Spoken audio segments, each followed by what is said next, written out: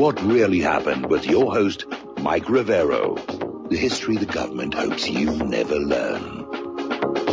Here is your host, Michael Rivero. And aloha, America. Welcome to our show today. It is a little bit of an echo out there. It's Tuesday, October 24th, 2017. We have a lot of stuff to talk about today. The phone lines are open, 800-313-9443. Mike is in our control room, twiddling the dials, keeping us out of trouble, ready to answer the phone when you call on in. Much nicer day here in Hawaii than it was yesterday. We were under thunderstorms. Today it's light and cloudy, a little bit of sprinkles. More thunder showers due later in the week here. So let's get right on into it. Hillary Clinton is finally having to acknowledge the growing groundswell of rage, disgust, and shock over the Uranium One deal. And she's already out there saying, it's baloney. It's politically motivated baloney. There's nothing there. There's really nothing there. It's just baloney, baloney, baloney, baloney. The story has been debunked thoroughly. Just like all those women who accused Bill Clinton, their stories have been debunked repeatedly. Well, they've been declared debunked, but that's a far cry from actually debunking them. But apparently, the panic is really setting on in, because they're very, very concerned about this. Now, interestingly enough, we just put up a flashback video from the Western Journalism Center all the way back in 2015 talking about this. And then as now, the corporate media ignored the story, but it was out there in 2015. We've known about this a long time here in the independent media. And WikiLeaks released a Podesta email dated April 29th, 2015 with the subject line, "It's out there," basically saying that they knew Uranium One was a major scandal in 2015 and they had to move to control it, block it. So more and more of this is coming out, and it looks like more and more people were involved, a lot more money than just the Russians. But basically, for those of you who are coming late to the discussion, here's what it was. Rosatom, which is the state-owned Russian uranium mining processing company, wanted 20% of the uranium on U.S. soil. Now, that 20% was already owned by a Canadian mining company, kind of a shell company.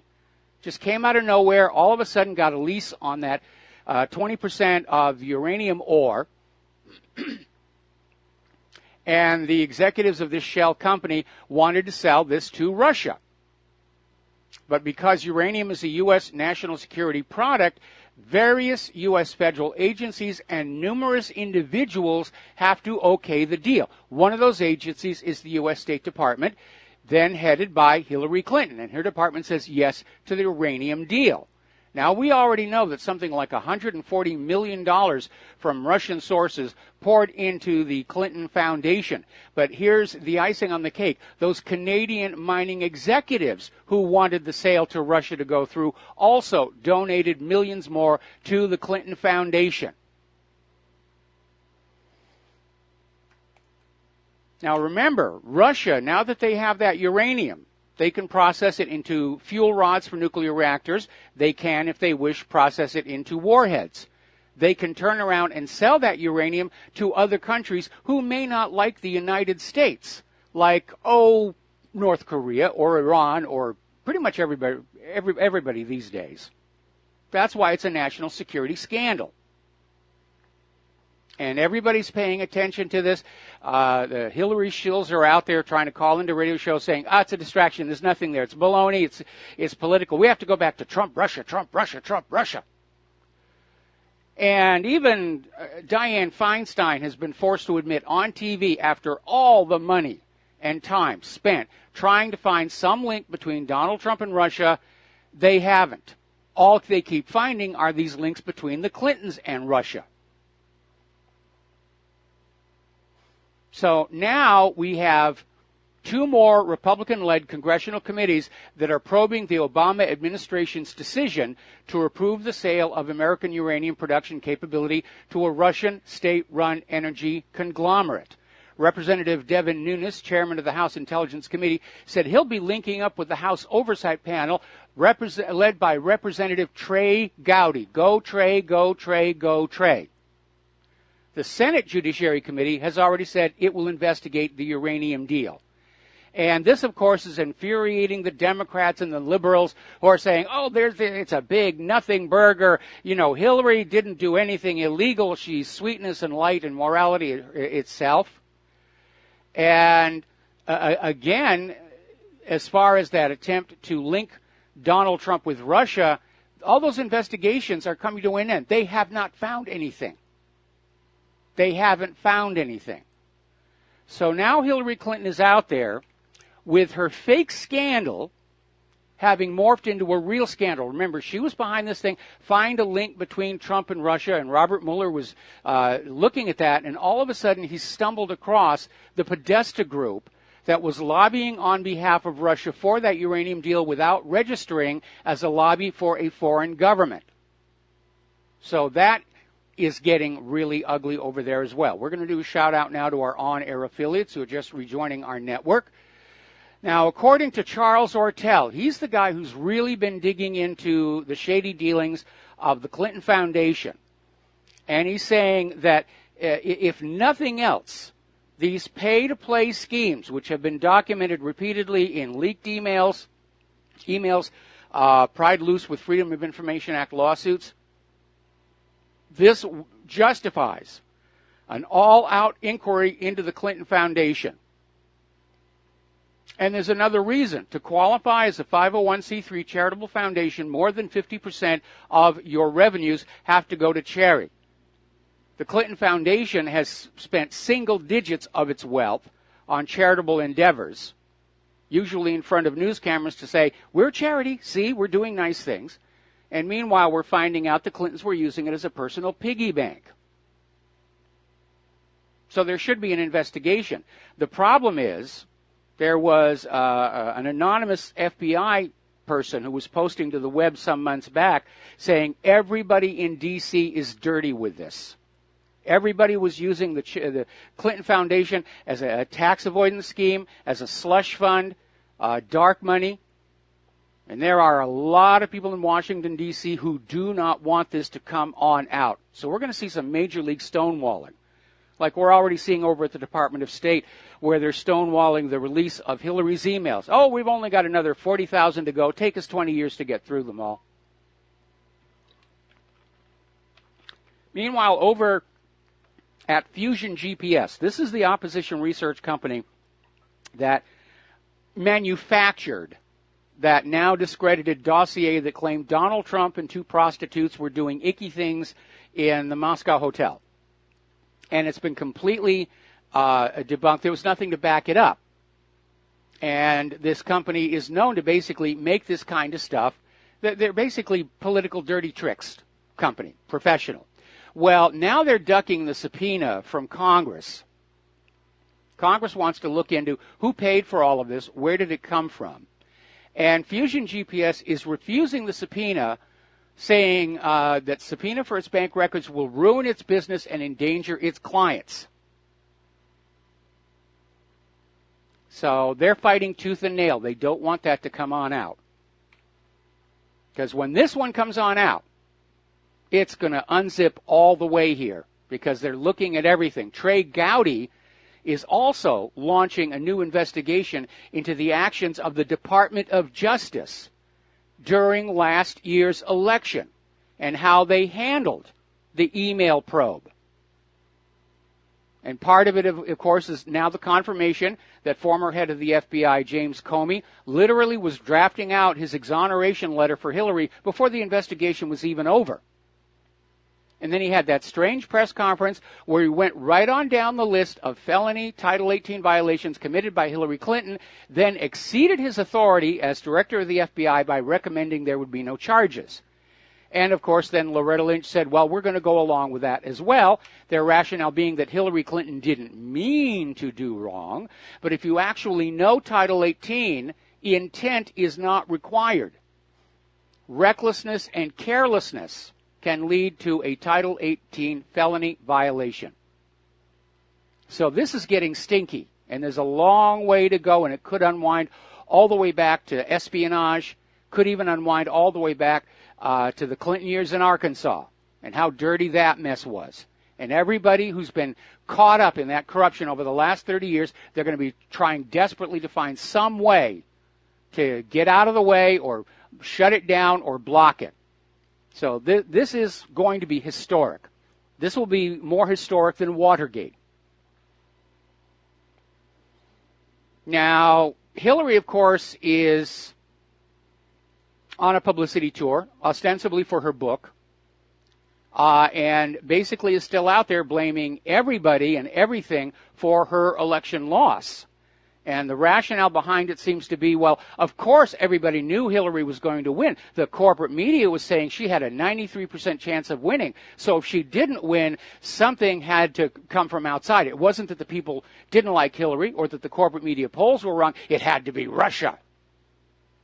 And again, one of the most thorough, costly investigations in U.S. history has found no evidence of Russian interference in last year's election. They found lots of election fraud, all of it benefiting Hillary Clinton. But they don't want to talk about that. Over at the New York Times, they're still carrying her water. There was a photo of a female reporter consoling Hillary Clinton. And the lost leader was, above all, absolutely a feminist. And the thousands of women lives this feminist destroyed while Secretary of State, Libya, Syria, Honduras, were apparently of no concern to this reporter from the New York Slimes. And they're still out there trying to push that Trump-Russia link, because apparently when President Donald Trump arrived for lunch with Republican senators to talk tax reform, a protester managed to breach security, or somebody arranged for him to get around there, and just threw Russian flags on the floor as Trump passed, still trying to sell that image, Trump, Russia, Russia, Trump, Russia, Trump. Now, the protester has been identified as Ryan Clayton, the president of Americans Take Action. He is a friend of Senator Bob Corker, and at one point, according to Project Veritas founder James O'Keefe, Ryan Clayton harassed, verbally abused one of his undercover reporters. So this guy's a political operative. This guy's a political operative. Now, as for Robert Mueller himself, and he really should think about stepping down, he is totally compromised. It turns out that Robert Mueller invested in hedge funds linked both to Russia and George Soros. And apparently during Mueller's tenure at the FBI, high-profile cases of financial wrongdoing within hedge funds that he invested in were ignored by federal law enforcement. They really are all crooked and corrupt there in Washington, D.C. You can count the honest people in Washington, D.C. on the fingers of one hand. Anybody who is honest and moral gets driven out, look like what happened to Cynthia McKinney or Ron Paul, and what they're trying to do to Donald Trump. It's one big corrupted cesspit. Forget about draining the swamp. Drone the swamp. It's going to be a lot faster.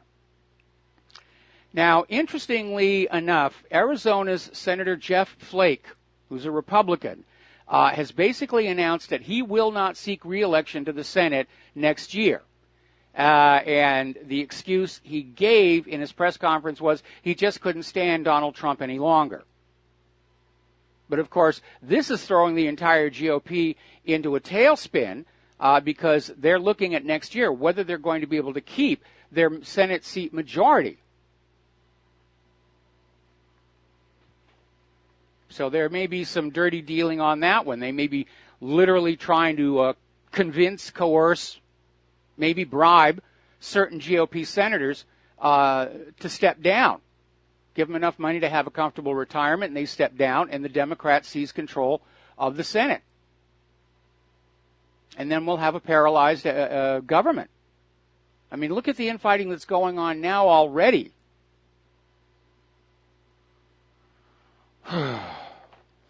Now, turning over to the war zones. Apparently over at the United Nations Security Council, the U.S. was trying to put through a resolution calling for further UN inspections of the Syrian chemical weapons, which Syria surrendered a long time ago. And Russia just went ahead and vetoed it, saying this is a dead horse issue. And the U.S. keeps trying to flog this dead horse back to life.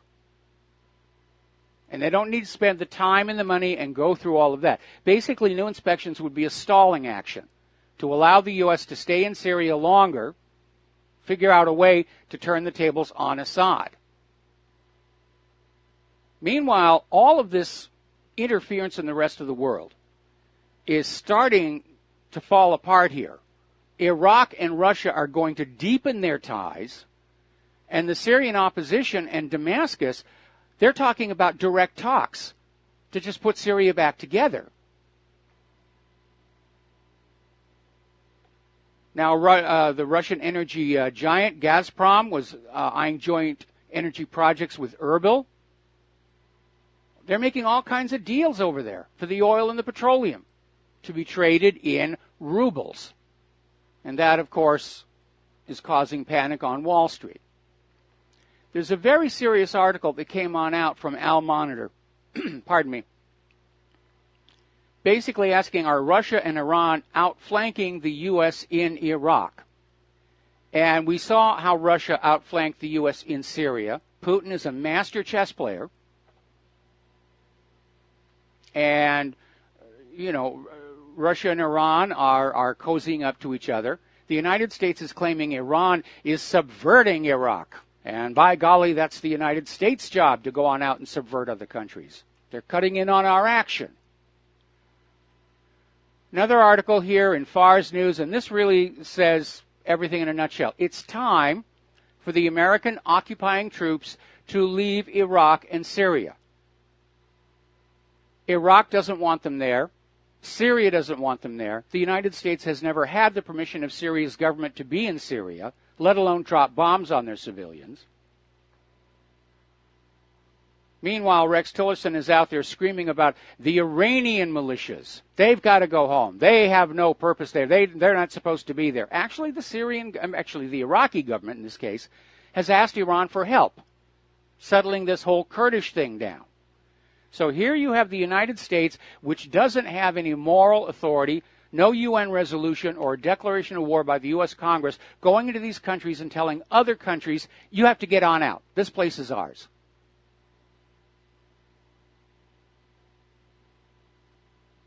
Now that Raqqa has been taken back from ISIS by the U.S.-backed forces, the U.S.-backed moderates, everybody's wondering, what will the U.S. do next?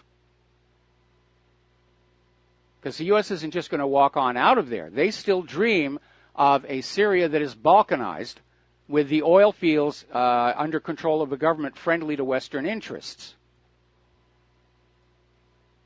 And one of the things the U.S. has been doing is building new highways all across Syria, supposedly to assist civilian humanitarian recovery, but these highways seem to form the borders of a new balkanized nation.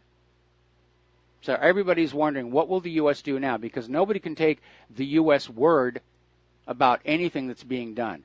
Meanwhile, U.S. warplanes attacked the Qusar district of Syria's city of Deir ez-Zor, killing at least 14 civilians and wounding 32 others. Basically, the U.S. has not commented on the incident yet, but said there was no real reason for the U.S. to attack the city, as neither the U.S. or its Kurdish allies are operating in the area. It's not exactly a denial, but something's going on. So, we are continuing to see Syrian troops emptying these ISIS bunkers and finding them loaded with the latest, newest weapons made in NATO countries. British 155mm howitzer. Then they have latest weapons made in the U.S., Belgium, and the U.K. They're finding them all over the place. We know who the real aggressor in all of this is. We're going to take a break for commercials. We'll be back after these few words. Aloha, America. Welcome back to the show here. Now, according to the Russian defense minister, right now ISIS controls less than 5% of Syria's territory. The war against ISIS is pretty much over, and what's left is going to be Syria versus the U.S.-backed moderates And again, the U.S. has no business being there. They do not have a resolution from the United Nations. They do not have a declaration of war from Congress.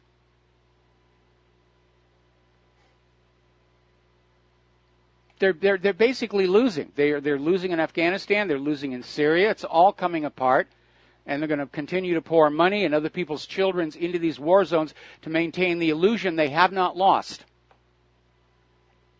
Look how long Vietnam dragged on before they finally admitted defeat. Look how long Afghanistan has dragged on. Longest war in U.S. history, 16 years. Meanwhile, Turkey's largest military column heads to Syria's Idlib. And apparently they're out on what they're calling an anti-terror mission.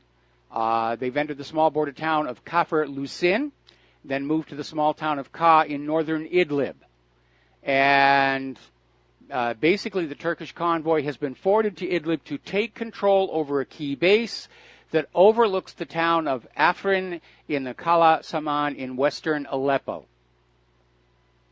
So things are still out there. Too many players in the war. That's what makes it so unstable. Now, as you know, over the last few weeks, there have been a series of attacks by Israel onto Syrian territory, always justified because some errant artillery shell came across the border and hit a dirt patch somewhere in Israel. No damage, no injuries, no losses. And even Israel is saying it's an errant shell, but we have to go back and punish. Well, the Syrian foreign ministry finally went to the United Nations saying that it's time for the UN to take a close look at this because Israel is orchestrating these bogus attacks, coordinating with terrorist organizations to justify its own aggressions. Israel wants that Golan. They've already started selling off the oil and the gas. They don't want to give it back to Syria. It's always about that oil here. And apparently over in Iraq, Netanyahu is very upset with the Iraq forces capturing Kirkuk. Because Israel, as you know, was supporting the independent Kurdistan. And that appears to be just dead on arrival at this point. But what Israel wanted was for the new Kurdistan to include Kirkuk, which would give Israel access to that oil at below market prices. And now Netanyahu's throwing a tantrum because that's not going to work. I'm sure that Iraq will sell that oil to Israel, but they'll want a fair market value, and that's not something Israel's comfortable with.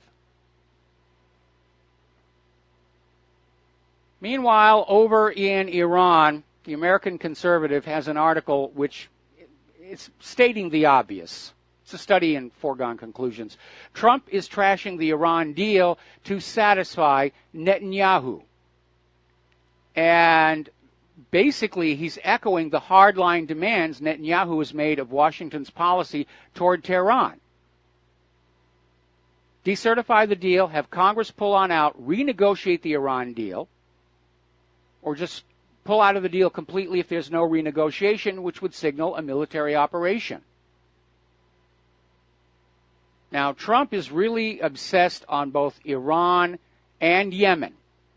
And the reason he's obsessed on Iran and Yemen, and especially Iran's long-range missiles, is out of concern that Iran may exert control over those two choke points in the Persian Gulf. Like the Strait of Hormuz. And obviously whoever controls those choke points gets to charge transit fees, make money off of other people's shipping. And that's why the U.S. had Saudi Arabia go into Yemen, was primarily so that the U.S. can set up military bases on Yemen to overlook those transit points. We're going to take a break for commercials. Phone lines are open, 800-313-9443. We'll be right back. Aloha, America. Welcome back to our show. Very interesting article, very cogent article over at the originalantiwar.com. And it's asking, are our Mideast wars forever? And it's looking back at all of these conflicts in the region, how they sometimes seem to turn around and go the other way. And you had the Kurdish Peshmerga fighters were run out of Kirkuk. and all the territory that they'd captured fighting ISIS alongside the Americans. The Iraqi army that ran them out was trained and armed by the United States. So we've got so many forces, we're involved in so many entanglements, we're very often fighting ourselves. This is not a smoothly run operation. It's quite chaotic. Chaos leads to mistakes, and some mistakes can lead to escalation. And I don't think we want to go there. Some people do. Some people just live to see a real-life mushroom cloud here. They may get their chance. More on that later. Now, peace activist Arthur West, he's chairman of the Scottish Campaign for Nuclear Disarmament, is saying that what the world should be doing to end the North Korea crisis diplomatically is put pressure on the United States. Because more pressure on North Korea isn't going to accomplish anything in the face of continued U.S. belligerence toward Pyongyang. And so West is saying it's time for the rest of the world to turn to the United States and say, you know, back down. All they've been doing is testing weapons. And everybody tests weapons. America tests weapons. They test them over here on the next island over. Russia's been testing their ICBMs. Nobody's making a stink about that. So maybe it's time for the U.S. to have a slightly higher threshold for military action, like a country actually attacking us. Because if you think back over the last 16 years, at every one of these U.S. military interventions, they're all against countries who, A, do not have a nuclear deterrent, and B, have not actually attacked the United States of America. It's always the U.S. initiating these wars of aggression on the flimsiest of reasons. Saddam has nuclear weapons. Assad has sarin gas. ISIS. And they are cranking up the propaganda to go back into North Korea to get you to go. Apparently, nobody's buying this idea that Kim Jong-un is going to be able to bomb the United States from North Korea with his current state-of-the-art rockets. I mean, technically, the Taepodong 2 can reach the mainland U.S. It has a lousy history of blowing up during test flights. So we have this story. This is over in the New York Post, where North Korea may be building biological weapons. They may be producing biological weapons to unleash against enemy troops and civilians, including fake janitors lugging backpack sprayers containing deadly pathogens. Now, this is all coming out of a report, highly speculative, openly speculative, from the Belfer Center for Science and International Affairs at the Harvard Kennedy School. They may be getting ready to do that. So they're trying to ramp up the fear to sell the American people on yet another war against a nation that has not actually done anything wrong other than to defy the will of Washington, D.C. North Korea, and for that matter, every nation, has a right to develop a nuclear deterrent to deter the invasion of their sovereign territory. That's what Iran wanted. That's what North Korea wants. It makes perfect sense when you look at who has been doing all of the invading and conquering over the last 16 years. Now, it's true that Kim Jong-un's rhetoric is hurting more than helping the situation, but when it comes right on down to it, North Korea hasn't shot a missile at anybody. They're just testing. Everybody tests their weapons to make sure they're going to work when needed. They tried to frame North Korea for that Cheosan torpedoing some years back, and that one fell apart. And for all this talk about North Korea's nukes and Iran's nukes and Iraq's nukes and everybody's nukes, please keep in mind that through all of human history, only one nation has actually used nuclear weapons of mass destruction on the civilians of another country, and that is the United States at Hiroshima and Nagasaki. And they did it primarily to prove to the rest of the world that we had these horrible weapons. Japan was already trying to surrender at that point in the war. When Russia came on in, Japan realized that was it. So they were suing for peace at that point. And Truman went ahead and dropped those bombs to prove to the rest of the world we still had that biggest stick. Now, Donald Trump is going to Asia next month. He has no plans to visit the DMZ, which makes a lot of sense. Why set yourself up to be a target? And it's not a very pleasant place to be anyway. Meanwhile, a lot of confusion going around in political media circles and even among the American people. What the heck are we doing down in Niger? And it seems like America has an unannounced war against sub-Saharan Africa. Niger is landlocked in central northwest Africa. It's nearly twice the size of France territorially. It's the world's fifth largest source of uranium.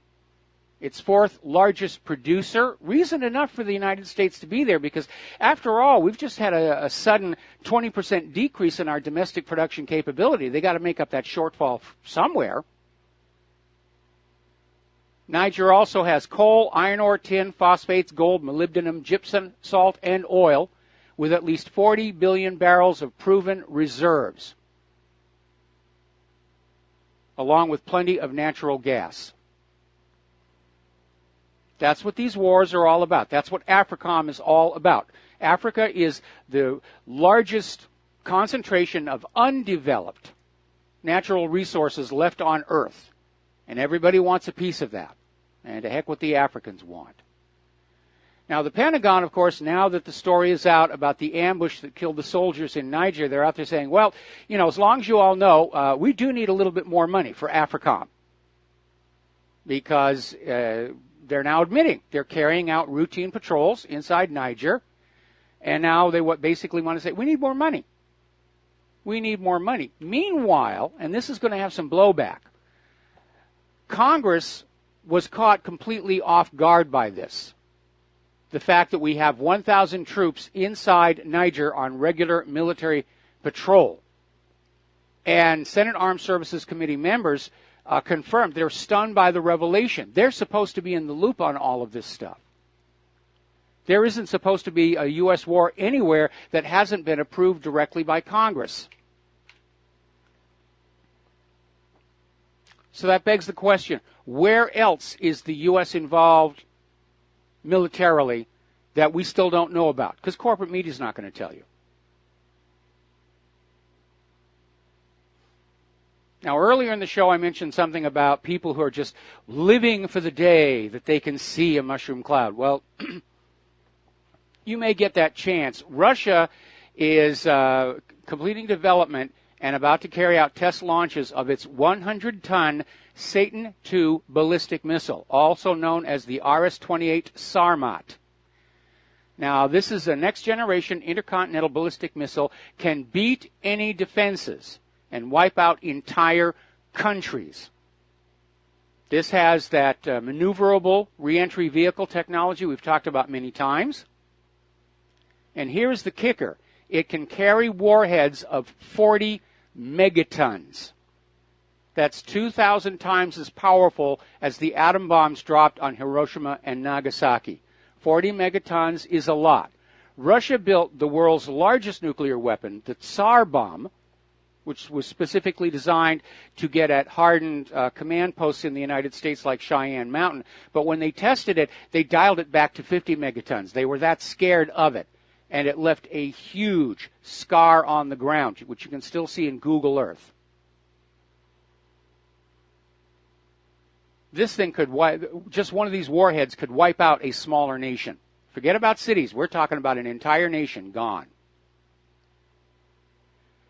So let's talk a little bit about the economy, because we're still seeing the politicians in Wall Street out there talking about, the recovery. The recovery's going on. The stock market is soaring, and everybody who's already got money is making more of it. But the reality is that the growing debt across our society tells us the Great Recession started back in 2008. It's still running. They're just trying to hide it from you by rigging the stock market to make it look good, by lying about the rate of inflation, by lying about the true scale of unemployment.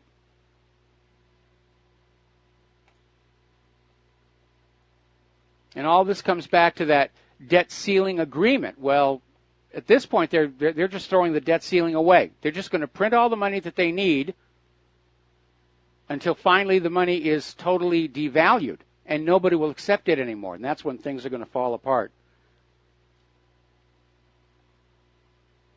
Meanwhile, over in Tehran, they're rolling out the red carpet for foreign investors, and they have over 100 major projects planned in Tehran for foreign investors.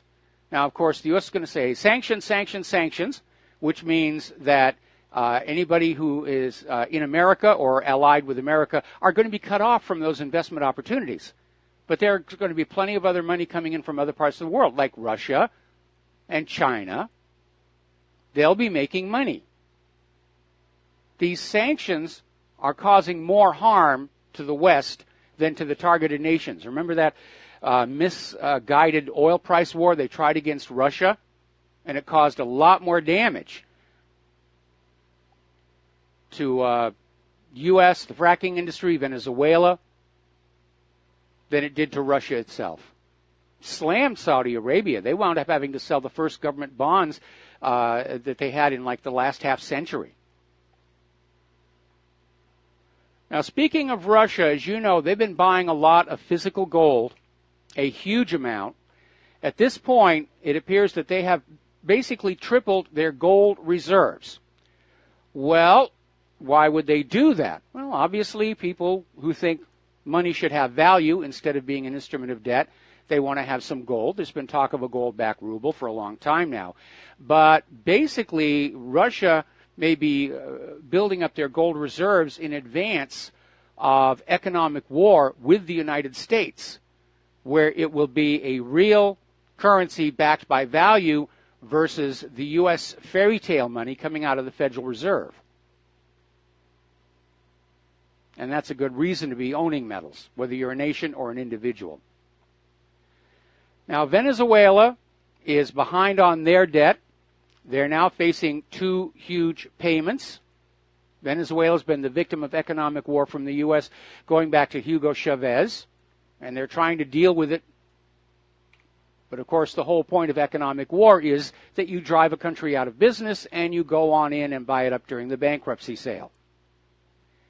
Meanwhile, 4 newly elected opposition governors have now pledged allegiance to Venezuela's Constituent Assembly, which previously they had dismissed as illegitimate. And so now it looks like there may be a new coalition forming there that might stabilize things, steady things down. Meanwhile, over in Catalonia, Spain is saying that they're going to take the so-called nuclear option. It's based on Article 155 of Spain's constitution that allows the parliament to take extraordinary measures to restore order in the country. Now, this move still needs to be ratified by the Spanish parliament, but Rajoy is saying it's his only option. From the point of view of the Catalonians, it's the return of Franco. And what a mess that was. And Catalonia's pro-independence alliance vows to challenge Madrid's dictatorship. So, Thursday of this week, Catalan political parties are planning to hold a plenary session in the regional parliament to discuss a response to Madrid's threats to invoke Article 155. This does appear to be heading toward a civil war.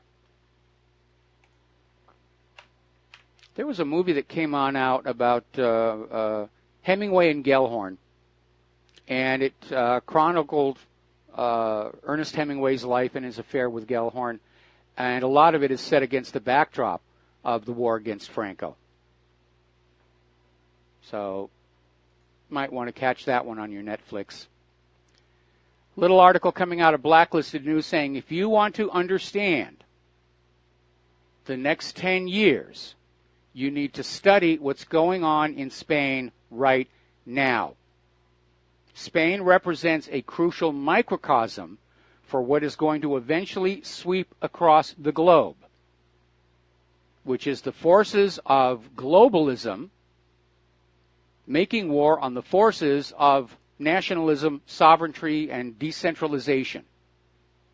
This is the beginning of the military phase of the establishment of the New World Order. Over in Germany, Merkel is in serious trouble. She's still chancellor for the moment, but her party took a major drubbing in the election. And apparently one of the leading members of her own party, the Christian Democratic Union, has said that Merkel is dragging the party to the left, and really new party leadership was needed. He even went on to say that he wished the Christian Democratic Union had a leader like the new Austrian Chancellor, Sebastian Kurz. And after the election debacle, in which the CDU had the worst results since 1949, the party leadership is obviously not ready to correct anything. And he's bang spot on with that. Prior to the election, Merkel started talking about maybe pulling back on her immigration policy. Nothing's happened since the election. Over in France, Macron is in trouble. Polls are revealing that the majority of the French people think he's a bad president. I think all the people of all these nations, they're turning on their globalist leaders because they're realizing that these leaders are not doing what's best for the nation. They're just trying to soften everything up for that big push for the one world government. All right, we're going to take a break for commercials. We'll be back after these few words. And aloha, America. Welcome back to our show here. And it's getting rough for all of these globalist leaders there because apparently up at the European Union Parliament, Jean-Claude Juncker came on in to address the Parliament to be greeted by row upon row of empty seats. And the vast majority of the Parliament's 751 members were elsewhere. They didn't bother to show up. I think there was like 10. And so Juncker is angry, and he says he's never going to attend any of their meetings again. But the European Union is starting to fragment between the economic predations of the European Central Bank and the backlash from the open borders policy. It's really starting to come apart. So let's talk a little bit about political correctness. There is a professor at the University of Illinois, and Rochelle Gutierrez, and basically claims that math, algebra, and geometry promote white privilege. Yeah, this is the latest from the world of political correctness. Math, algebra, and geometry promote white privilege. And her argument is that the Greek terms and Greek lettering used as standard math symbology give Caucasians unearned credit for the subject. She seems to forget that the alphabet we're using is Arabic in origin, and they're getting the credit for it. Algebra is an Arabic word. The Arabs invented the zero as a placeholder. But the professor also believes that evaluations for math proficiency perpetuates discrimination against minority students if they do worse than their white counterparts. And she's out there saying that math teachers must be aware of identity politics surrounding the subject of mathematics. Well, way back when this country was being started, there was the declaration that said all men are created equal.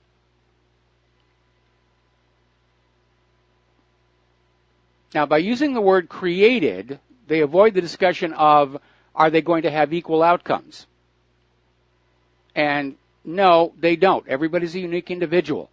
Some are obsessed with success. Some just want to have a comfortable life. Everybody's different that way. When affirmative action came along, they were going to try and create equality of opportunity and guarantee that, but they were still getting inequality of outcomes. And so for political expediency, they changed it all around to have an equality of outcome mandated. And that's when affirmative action really fell off the rails. We're going to take a break for station identification. We'll be right back. Aloha, America. Welcome back to our show, hour number 2. The phone lines are open, 800-313-9443. So we're talking about this University of Illinois math professor, Rochelle Gutierrez, who is out there saying that mathematics itself operates as whiteness. Who gets credit for doing and developing mathematics? Who's capable in mathematics and who is seen as part of the mathematical community is generally viewed as white. Well, you may be a professor of mathematics, but you're obviously ignorant of the history of mathematics, because anybody who's a serious mathematician understands there have been contributions from many cultures to what we now know today as mathematics. Yes, early geometry did come from Greece. Our number system came from the Arabs. So did much of algebra. Most mathematicians agree that the world's greatest number theorist was an Indian, Srinivasa Ramanujan. And why don't you know this? Or is it simply inconvenient to your agenda of wanting to say that mathematics is whiteness and we shouldn't be testing the students anymore because they might feel discriminated against? Well, that's the whole point of a test in school. You're discriminating between the smart, hardworking students and the dumb, lazy ones. It's got nothing to do with race and everything to do with performance. Now, over at the University of Southern California, they have another professor, a self-described black identity extremist, Charles H.F. Davis. He's the assistant professor of clinical education at the Rossier School of Education at the University of Southern California and chief strategy officer and director of research at the USC Race and Equity Center. And he's come on out and saying that whiteness must be by any and all means destroyed. And if you go over to his Twitter profile, it's all anti-white racial hate, glamorizes the murder of police. He's even got a page out of the old FBI phony Black Panther coloring book as an illustration.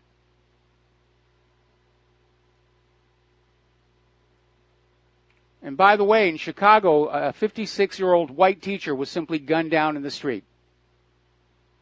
They don't know why, who. All of a sudden, white people are now targets here. All right, we're going to take a phone call. Glenn in Philadelphia. Aloha. Welcome to the show. What's on your mind? Hi, Mike. On this topic about math, yes, you're talking about? Yep. Two words. Galloping Gertie. You know what I'm talking about? Oh, yeah, you're talking the Tacoma Narrows Bridge that succumbed to... well, we don't need no fancy pants mathematicians designing our bridges and calculating our re-entry angles for spacecraft. I mean, this whole math thing is just really over-touted. Well, in the case of Galloping Gertie, it wasn't the math. It was the fact that the engineers designing the bridge simply were not aware of the problem that wind-induced resonance could cause. Of course, everybody does know that right now. Yeah. That's the lessons learned from these disasters. Right, well, that could be... Those resonance harmonics are all mathematical and frequency related and stuff too. You know, obviously that was an ancient, that was a well-known phenomenon. You know, that there was nothing new about that, Mike.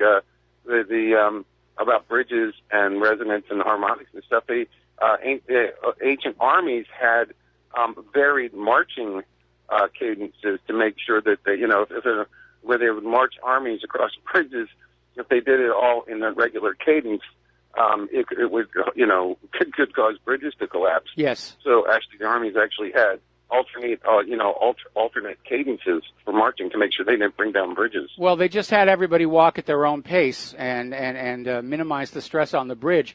But Nikola Tesla did a lot of experiments with structural resonance, and apparently there's a story that just with this little tiny magnetic coil attached to the steel frame of the building he was working in, he was able to, for all intents and purposes, simulate an earthquake. So we do know that resonance can happen. Right. But given the state of art of computers back when Gallup and Gertie was built, they couldn't do an analysis down the entire structure to really see how the resonance was going to work on out. And, I mean, this is in the days before SolidWorks. Have you ever seen SolidWorks? It's an amazing program. It's like a CAD program. You lay out your parts. You plug in what materials are going to be made of, and it will actually do a stress analysis on your design, tell you where the break points are likely to be. Sure, architectural engineers make heavy use of stuff like that. Oh, yes. Yeah, and I don't need no fancy pants mathematically trained chemist calculating dosages for my pharmaceuticals either. You know, just kind of wing it. A teaspoon will do. Well, math is important to know here, and it's actually, I know there's a lot of people who say, I don't need to know math, I got the computer here. And to my mind, somebody who casually says, oh, I'm not mathematical, it's like they're saying, oh, I can't read and write. That's the degree of intellectual failure there. But a good reason to know math is so that you can spot when there is an error in the software that you're using or in your using of it. And I remember all the way back when I was teaching remedial math in Southern California, and the curriculum was there was a calculator, the kids were going to follow the instructions and write down the answer. And most of the answers were wrong because the kids were making mistakes on that calculator, but because they didn't have the math inside their heads, they could not see it. And that was a real problem. Yep. Yeah, we always used to have to show our work and all that stuff. But I must admit, probably even the average engineer doesn't make much use of differential equations on a daily basis yet. All the engineers have to take it. You know, you have to have the calc background. You know, so this idea that you don't need math. But heck, we in our present idiocracy, the average millennial can't count back change for $1. You know, I've seen that. I've seen that at Safeway. It's ridiculous. It is absurd. The dumbing down of our society has proceeded quite rapidly. Okay? Yeah, they would be quite angry if the numbers added to their EBT cards monthly weren't correct. Anyway, take care. Bye-bye. All right, thanks an awful lot. We're going to let you go. We're going to do a shout-out to our on-air affiliates who are just now rejoining the network. Now, there is a bright ray of hope in all this political correctness because, as you know, over the last couple of years, the feminists have been trying to revive the idea that there's a rape crisis on our campuses and something must be done. And you need to go back and study the rape hysteria of the 1990s to see how political this is and how pointless it all is. And we were literally in a view where women were being told that it's okay to falsely accuse a man of rape. They would actually, it would be good for him to go through the experience. This actually came from Catherine Comans, the Assistant Dean of Student Activity at Vassar, who said that. And a lot of innocent guys did go to jail. A guy by the name of Gary Dotzen went to jail for 6 years until his, you'll pardon the expression, victim came on out and said, no, I lied about it. I didn't want my parents to know I was having sex with my boyfriend. So I told them I'd been raped. And they were being encouraged to do this. And it was all to build up this idea that there was a rape crisis, and the leaders of feminism counted on the votes and the money of women to protect them from us evil, drooling males who were out here. And in the end, it turned out that all of these lavishly funded campus rape centers sat empty and unused because there wasn't really a rape crisis. In fact, the FBI statistics, supplementary crime statistics, reported rape had become the second most falsely reported crime. Everybody wanted the attention. They wanted to be on Donahue or Oprah about this horrible rape crisis. There was a very famous hoax up in Davis, California, where this woman claimed that she'd been gang raped on the divider of the main road by these skateboarding teenagers, and now was up there and, you know, making political hay out of this thing, and they were screaming about evil white, wasn't even white back then, it was just evil males in general. And the city of Davis was on the verge of passing a males-only curfew when the victim was basically outed by the police as having just made the whole thing up. because she wanted to be a star in the media. Now, there's a very good book about a lot of that stuff by a lady named Christine Hobbs Summers, who was a feminist herself. It's called Who Stole Feminism? And it really chronicles how the original equity feminism got hijacked by political opportunists and just turned into this male bash, militant, feminazi gender feminism. Well, they've been trying to do the same thing more recently.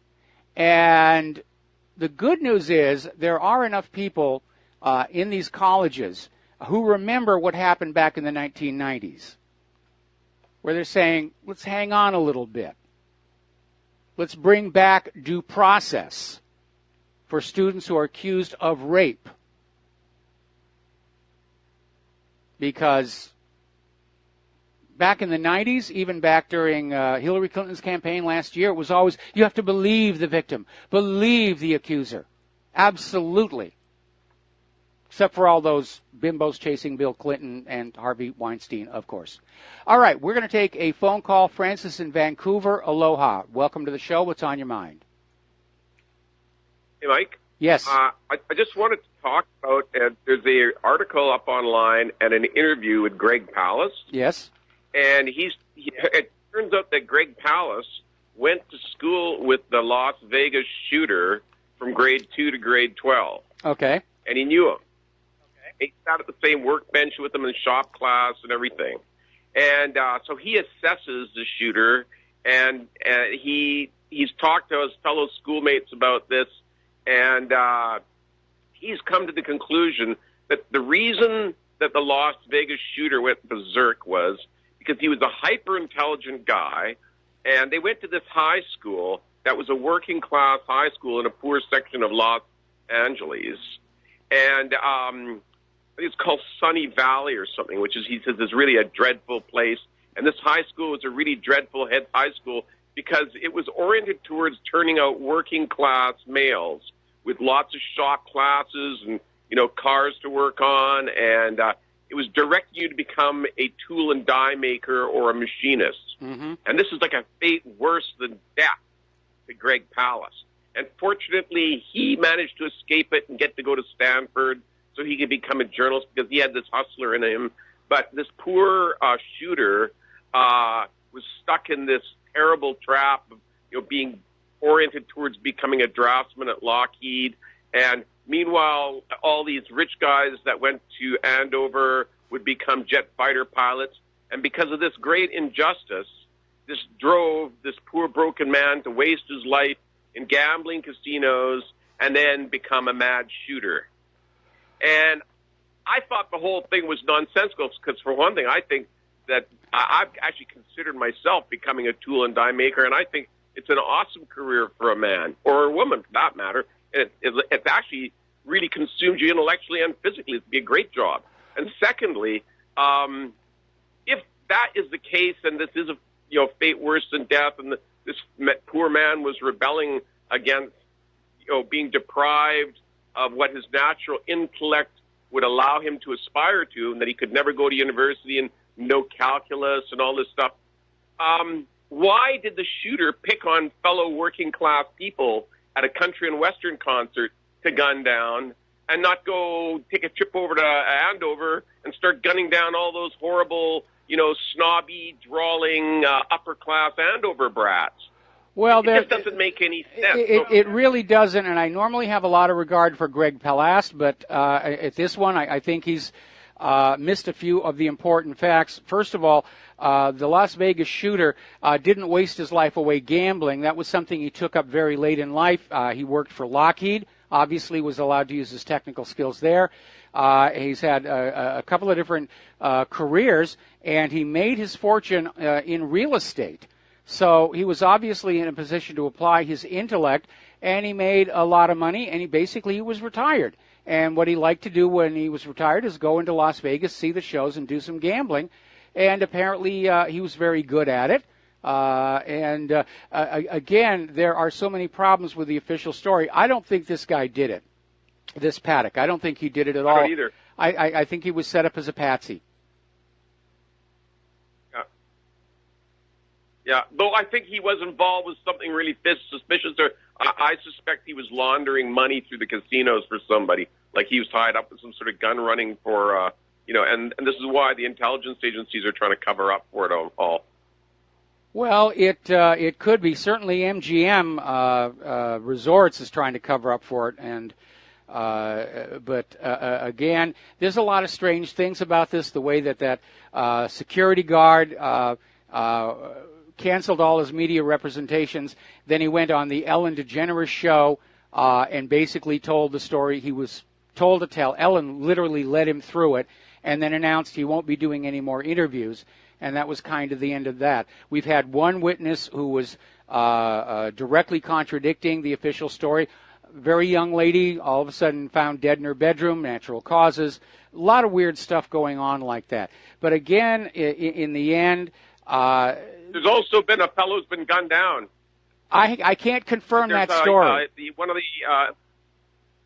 Well, actually, I've just got it here in front of me. Missing Las Vegas shooting witness shot dead outside church. Yes. Chad Nishimura was killed after giving conflicting conflicting statement about Stephen Paddock. Well, so he was gunned down outside his church. Well, I know he gave the conflicting evidence. I can't get it confirmed that he's actually been shot. And we have to be so careful about hoax stories right now. Now, I'm going to do a little digging at this end because supposedly this Chad is from right here in Mililani, here on the island of Oahu. So I'm going to make some local calls and see if I can shake anything loose from this end. Okay. Well, thanks a lot. I love your show, Mike, and keep up the good work. I will just as long as I can. Thank you for the phone call. We're going to let you go here. And let's see. There, we scroll that off there. Speaking of Hawaii, there is a big kerfuffle kicking up over our light rail system here. And I've talked about it before, where this thing has just gone years behind schedule, billions of dollars over budget. It's still making traffic impossible down there on Kamehameha Highway. And now there are questions being raised about possible misrepresentation of costs, intentional misrepresentations. And so basically the Grassroots Institute of Hawaii did a Freedom of Information Act request, and it raises even more questions about rail misrepresentations, and people are now starting to call for a full forensic audit. And apparently Hawaii just passed a huge new tax increase to pay for the cost overruns on the light rail, and now the concern is that maybe the cost overruns weren't as high, and that the Hawaii state government just decided, well, we've got the people agreeing to a tax increase for the light rail, let's just gouge them for as much as we can. And it's kind of nasty, but that seems to be the way they are going with that one. All righty, little embarrassment for British Airways. And apparently British Airways was running a flight to London, and apparently the plane was infested with bed bugs. It was an overnight, a red-eye. And apparently the passengers were all getting bit, and British Airways has apologized that they're sorry. But it's another reminder of how everybody is cutting corners. They're cutting back on cleanliness, maintenance, anything to just try and stay in business. And that is how fragile our economy, our entire system has become. There's no resilience in it anywhere. There's no margin for safety. Everything's just hanging on the very, very edge of failure mode. So... We're going to talk next about computers, and there are some new nasties already out there that are causing a lot of grief for a lot of people. So we're going to get into this after we come back from these words from our sponsors. Aloha, America. Welcome back to the show here. We're going to talk a little bit about computers and the cybercrime situation is, okay, somebody's trying to call me. And so I'm not going to accept it. Okay. All right, so we're going to talk about computers now. And we're going to talk about the malware cybercrime that's going on. And it really is out of control. It's totally, totally out of control. And we were talking about this one a little bit, a little bit last week and yesterday. It's called Reaper, and it's infecting Internet of Things devices. Nobody seems to know what it's planned to do or when, but researchers are saying this could have an even bigger attack than the Mirai cyber attack of last year, which just paralyzed everything. Now, is this malice? Is this a cyber weapon? Is the U.S. getting ready to crash the Internet and blame Russia or Iran or North Korea for it? We've talked quite a bit about a virtual 911. This government is desperate for war, and they can't get any more traction with the American people because we are sick and tired of all the wars, knowing that we've been lied to so many times before. Nobody wants to, anyway.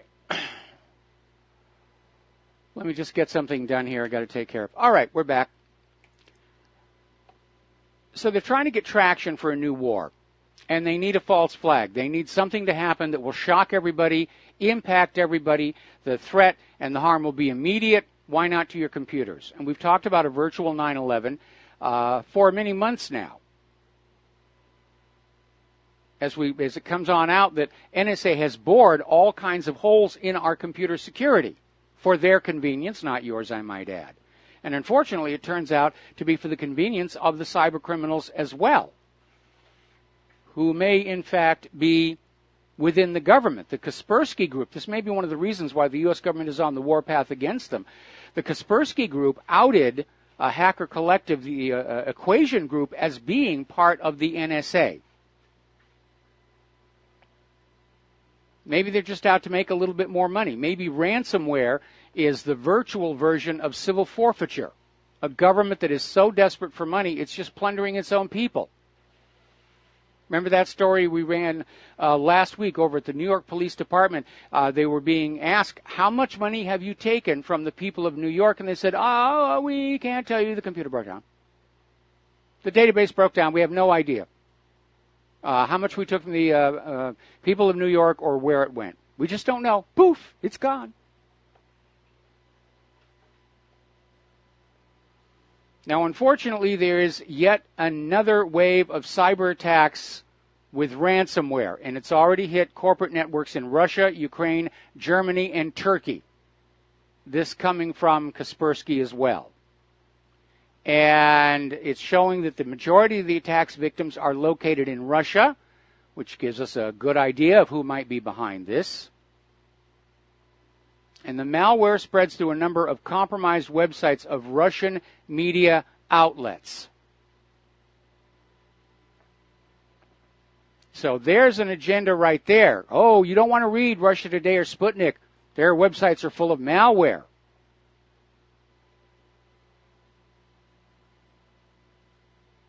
Russia's Interfax news agency, one of the country's largest news outlet, Fontankia.ru news site, and another internet-based Russian media company were reportedly under attack.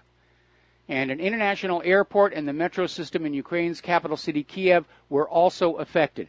This new ransomware is dubbed Bad Rabbit, and it demands a ransom paid in Bitcoin for encrypted files, which goes up the longer you wait to pay it. So where is the NSA in all of this? Ransomware has become a major, major problem. The NSA seems totally unconcerned. We'll be right back. Hello, hi, America. Welcome back to our show here. The phone lines are open, 800-313-9443. Let's get a few calls going here. And we're talking about computers and malware. And ransomware is out of control. And it is not only costing America vast sums of money, it's costing us in lost productivity. And worse, it does represent a real danger to human life when hospitals are hit by the ransomware. And all of a sudden they can't access their patient records, which as part of Obamacare are mandated to be computerized now. instead of the old-fashioned paper files, which can't be hacked from a remote distance. And yet our government seems totally unconcerned with this, unless it's a government computer that gets attacked. So like I said, is ransomware the virtual equivalent of civil forfeiture? Just grabbing wealth from the American people by a desperately broke government that is still trying to fund more wars of conquest. All right, let's see. We're going to go to the phones here. Tom in Minnesota. Aloha. Welcome to the show. What's on your mind? Hey, Mike. Thanks for taking my call. I'm a listener for about a year, and I've learned a lot from you. And one of the things that I'm probably off topic a little bit because I just tuned in, but you've discussed about the likelihood of the United States of America collapsing as the Soviet Union, Russia and the Soviet Union did. And I don't understand how all that, the mechanics of how all that would work. Like one day, all of a sudden you've got thousands of people in all these governmental buildings and there's a collapse. Somebody's got to come in there and kick all these people out of there, and they're going to say, well, what do you mean? We're not going anywhere. And how does all that transpire where people come in and all of a sudden you've got a whole new structure going? I know Vladimir Putin did it, but I don't know that much about it. Well, you know, when the former Soviet Union collapsed, a lot of the people just bailed. They said, I'm out of here, because they were afraid there would be a violent uprising that followed, which didn't happen. There was a brief attempt at a counter-revolution, if you will, where the hardline Soviet took over the White House, the Russian White House, not our White House. And it did lead to a little bit of a battle, tanks in the street, but not a lot of bloodshed. As far as here in the United States, I would say that more than likely what will happen is that, especially as we look at this exploding uranium-1 deal and how just about everybody is going to be tainted by it, we could literally see the government bug out, where they all say, all right, the police are coming to arrest us all, we're going to be heading for someplace without extradition, and the whole government could collapse that way. Well, what authority are the police going to come in and arrest them all if the government's all done? I mean, if they're all running for the border, well, we're talking about the federal government. We're talking about the federal government. The city, state, county, local authorities would still be in place. Okay. So that they would step up and start running them out of town. Well, they'd start arresting them on, whatever outstanding warrants were being delivered by judges. Okay. It just seems like such a dramatic event of so many different things that it's so contrary. You're in your 60s, so I grew up in 50s and 60s myself. So I mean, it's such a contradiction to what I'm used to in my view of America, and to see that this is about to happen, it's just kind of good to get somewhat of a picture of an understanding of how the mechanics of that could actually happen. Well, again, there's a couple of different recent examples you can use, such as the collapse of the former Soviet Union or the Romanian Revolution. That one happened blazingly fast. I mean, 3 weeks before it all went apart, anybody visiting Romania would have looked around and thought everything's running smoothly. The people seem to be content. They're not bothered by all the TV cameras on the streetlight poles. And then all of a sudden there was a riot at a sporting event that turned into a spontaneous political rally, and 3 weeks later Ceausescu was machine gunned to death on Romanian national TV.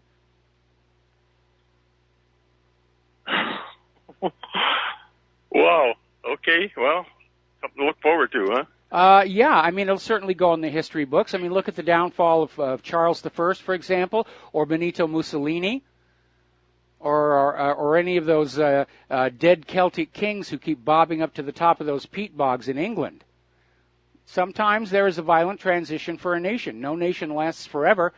Rome, when it split into the Eastern and Western Empire, Rome, pretty much everybody understands when the Western Empire of Rome fell and led to the Dark Ages, But yes, these things can happen, and in our age with instantaneous global communication, they're probably going to happen a lot faster than they happened in previous times in history. So it looks I'm getting from what you're telling me is that most of the people in government positions are going to just run. Well, your rank and file people are going to easy transition. Yeah, your rank and file people are just going to run, right? No, the ordinary staffers and everything, they're just going to go home because they're going to realize there's no more paychecks. There's no reason for them to be there. Mm-hmm. Okay. Well, I got a little better understanding. Okay. And I always appreciate your show. I listen to it every night. All right. Well, thank you very much. Thanks, Mike. We're going to let you go. Thank you for the phone call. Okay, phone lines are open, 800-313-9443. Now, let's get into human-caused global warming, and I'm not going to inundate you with all the stories about how snow has come early to the northern hemisphere. You've already seen all of that. Claire and I are old home in Snoqualmie, Washington. They're starting to get snow there. But what's really interesting is, all this talk about the Paris Climate Accord and how it's the path to a better future. Well, Trump withdrew from the Paris Climate Accord, and as a result, other nations have pretty much started ignoring the whole thing. This is doing a report out of Canada where they're basically saying it never really made a lot of sense to begin with. It was just politics. Create a crisis, human-caused global warming. We must do something about it. All right, we'll subsidize alternative energy.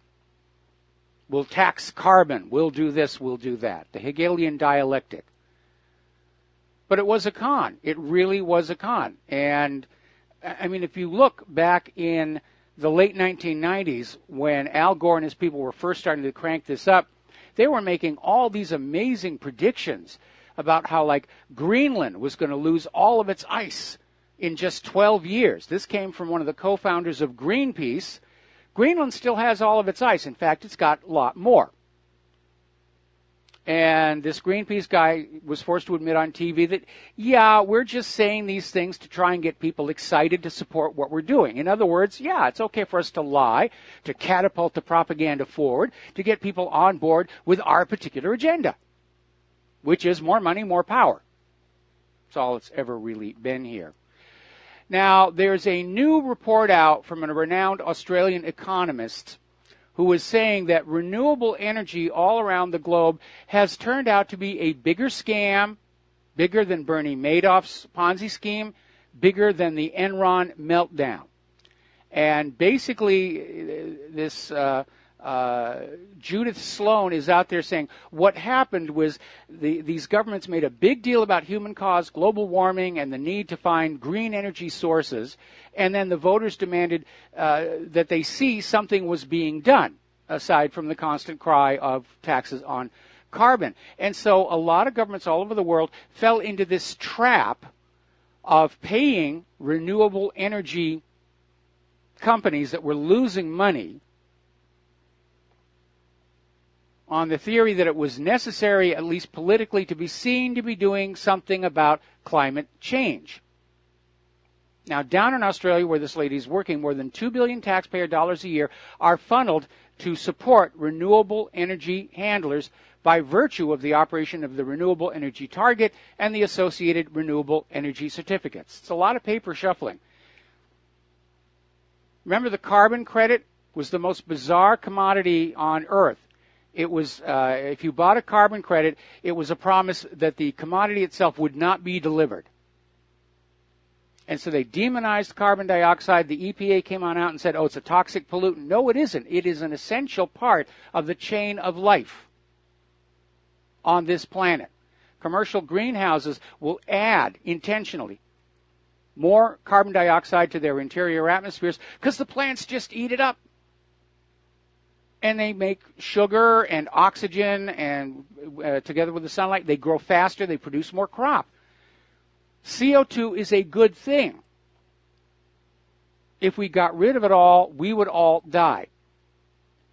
And again, looking back at all the dire warnings from the global warmistas, none of them came to pass. The polar bear have not gone extinct. In fact, they're on the verge of being declared pest animals now. The coasts haven't drowned, and they get straight. They're still out there screaming about the warming of the Earth's oceans. Well, there's a lot of geothermal activity that's going on down there. They just discovered another whole string of undersea volcanoes, many of them active. And if you don't know how many thermal vents and volcanoes there are on the floor of the ocean, if you can't subtract out their heat contribution to the ocean, then you can't make any estimates about what effect human activity is going to have. And let's be honest, even with all of our amazing technology and our industry and so forth, we are still pygmies compared to the forces of nature itself.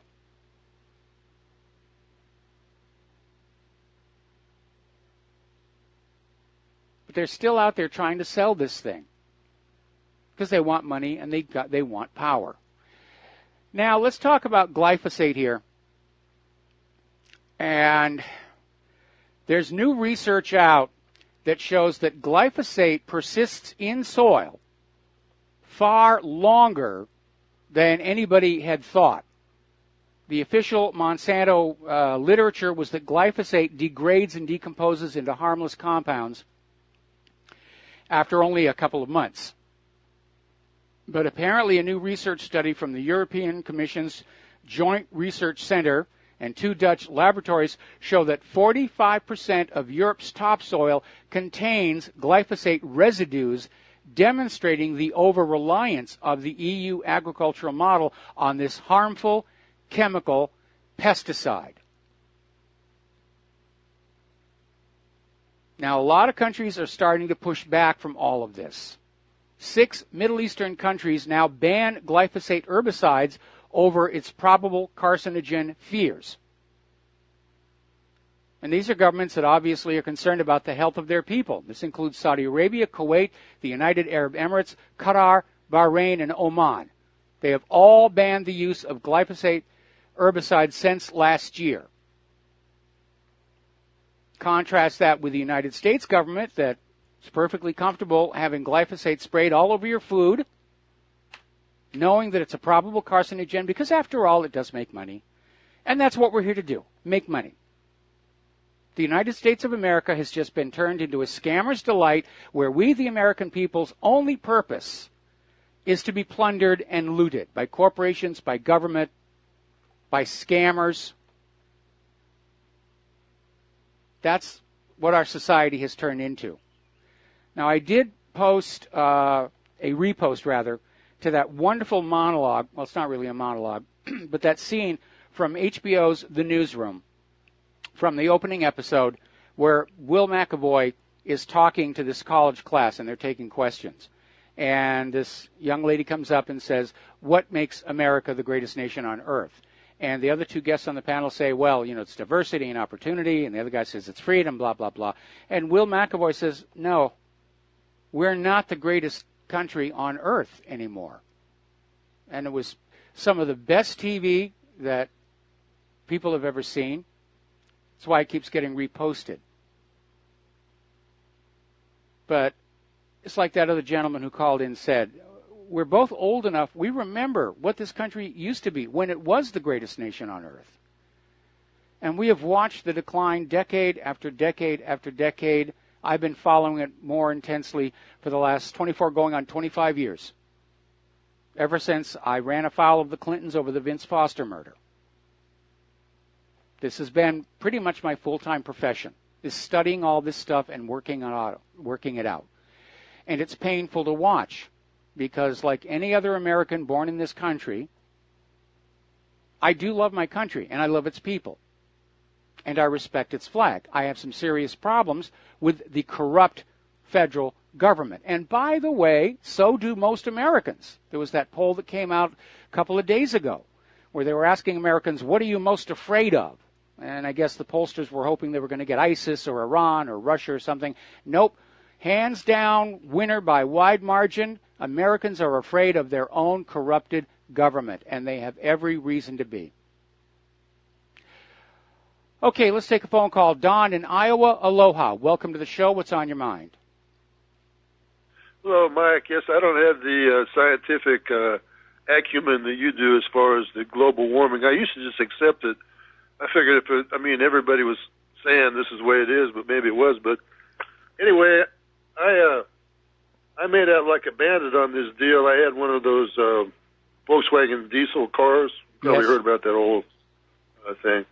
I had a 2009 Volkswagen Jetta TDI, and when I bought the thing in the first place, Uncle Sam gave me money. They gave me I think it was $1,500 tax credit because it was alternate fuel. It was considered good at that time for the environment. I guess alternate fuel. And it is the same thing that they gave to the Toyota Prius and some of the other ones, but this was a diesel car, but it did get good mileage, and I had no problem. I liked the car. I was going to keep it forever. I thought that would be the last car I'd ever buy because those diesel engines will last forever. But then Uncle Sam came to my rescue again, and they forced Volkswagen to give me. They gave me a lot of money. They gave me like $6,000, even if I wanted to keep the car, and then they gave me more than the car was worth to buy it from me. And so Uncle Sam was helping me out. And what they said was those diesel cars that they bought back, they're probably shipping them to Mexico and selling them down there. Well, it could be. I'll tell you what. Stay on the line. We got to take a break for commercials. I'm going to come back to you after these few words.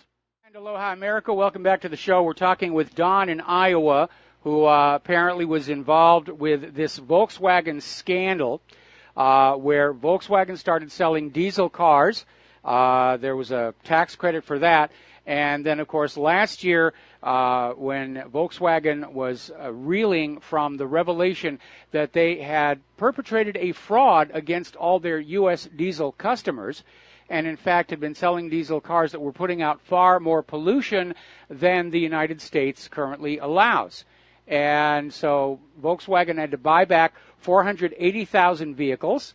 And you're right, they may have just taken them and sent them off to some place where there are no emission restrictions and resold them there as used cars. Donnie, you there? Yes. Can you hear me? I can hear you now. Can you hear me? I hear you now. Yes, that's what they told me. Even at Volkswagen, they said somebody there told me that they were selling to Mexico. Okay. But from my point of view, I thought it was ironic. Uncle Sam gave me the $1,500 in the first place because it was good, and then they gave me another $7,000 or $8,000 at the end when I got rid of the car because it was bad. So I can't lose. I mean, I made out like a bandit. Well, you certainly got. As far as this, I got paid off. So anyway, I'm going to talk a little bit about the whole Hillary thing. These congressional investigations are okay, but nothing ever happens. What they need is a grand jury. They need a real attorney general, and they got to fire even Roger Stone. Before I turned your show on, I was watching Roger Stone. He's a full-time. He's an employee now of Alex Jones. But Roger Stone is the smartest guy on that show, and he said they got to get. I mean, he knows a lot of people in Washington. He used to be a lobbyist, so he knows what he's talking about. And what's his name? Sessions is not doing anything. He's basically letting his assistant secretaries of state, who were already there before he got there, he let them do whatever he wanted. Yep. He recused himself from Russia. He didn't have to do that. And Trump was right when he almost used threat. Before he was thinking about firing him, and he called him all kinds of names on his Twitter and stuff, but then he just let him stay there. They got to get rid of the guy. He's not doing his job. Well, he's not doing his job. Mueller should be fired for his obvious conflicts of interest. And now it's come on out that when Mueller's appointment as a special counsel is actually illegal because Title 28 U.S. Code, Section 592, lays out the process by which a special counsel or special prosecutor is appointed, and it has to be preceded by a preliminary investigation And based on that preliminary investigation, then a decision is rendered as to whether or not they're going to have a full-on special counsel. You can't just come on in and say, special counsel, we're going to come and do this. So it's illegal. It's not even a legal operation. They're just ignoring the law here right now. Dom, we got to do a break for station identification. We'll be right back. And aloha, America. Welcome back to our show. Hour number 3. The phone lines are open, 800-313-9443.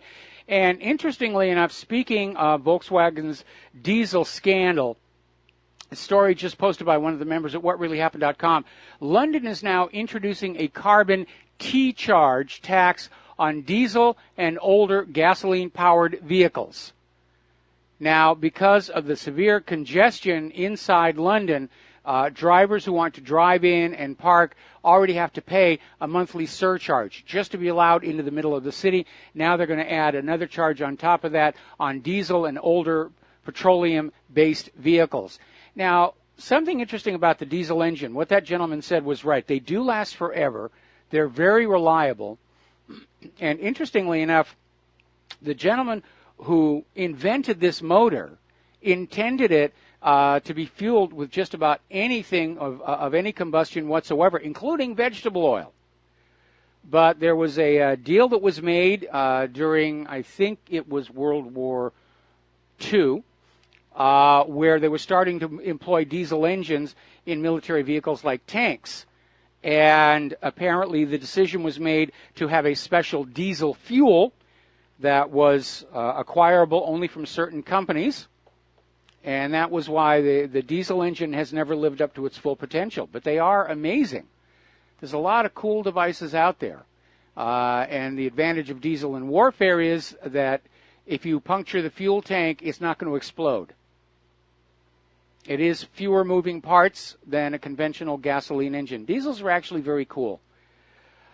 All righty, getting on back to other stories here. We're back to the GMO. Now, up in Oregon, there has been an attempt by Oregon farmers to sue Monsanto over contamination of their fields with GMO. Now, when Monsanto first came out with these GMO crops, they insisted that if you had a buffer zone around your field, that the pollen would stay within your field. And that was nonsense. Pollen travels huge distances, insects, birds, the wind. And Monsanto started literally finding farms that had been contaminated with their GMO pollen and suing them for intellectual rights violations. And they wound up taking a lot of farms. And it was ridiculous for the courts to go along with this thing because none of these farmers wanted the GMO crops. Many of the farmers didn't even know their crops had been tainted by GMO. If anything, this wasn't intellectual property theft. It was an industrial accident, and it should have been treated as one. So some of these farmers have been trying to sue these GMO companies. And one of the problems that they dealt with was this idea of substantial equivalence, which is what the GMO companies came up with to avoid the normal procedures of testing products. Substantial equivalence simply meant that as far as regulatory policy was concerned, GMO products were no different than ordinary natural seeds and crops. GMO corn and soybeans and so forth were treated exactly the same as their natural counterparts. There's no need for a closer look.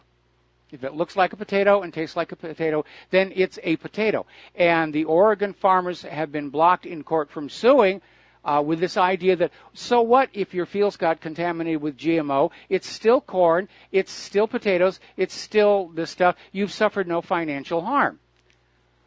Well, now that the harm of these GMO varieties is becoming more and more obvious, the courts are reconsidering and saying that, yes, if these GMO companies, through their reckless handling of their products, have contaminated your fields, then yes, you have suffered economic damage. Just how much is up for debate here. Obviously, those farms that make their entire business on natural organic food have suffered the most harm. And a lot of those Oregon farmers were corn farmers, kept sending their corn over to China, which bans GMO. China would test it, say, no, this is GMO, and they'd send it right back. So, yeah, huge amounts of financial harm here. And again, looking at just how corrupted our federal government has become. The idea was that, even though these are GMO, and obviously there is some difference here between the GMO version and the natural version, we're just going to lump them all together and say the current rules will still apply. But they don't. We don't really know what the potential of long-term exposure to GMO is going to be. I'm still concerned over that epicite gene. Now, for those who don't know what that is, this was a strain of corn, a GMO corn, that was had a gene inserted into it called the epicite gene that would render any humans eating this corn incapable of reproduction. It would basically trick your body into treating human sperm as if it was an infection and kill it off. This was developed under a grant from the U.S. Department of Agriculture.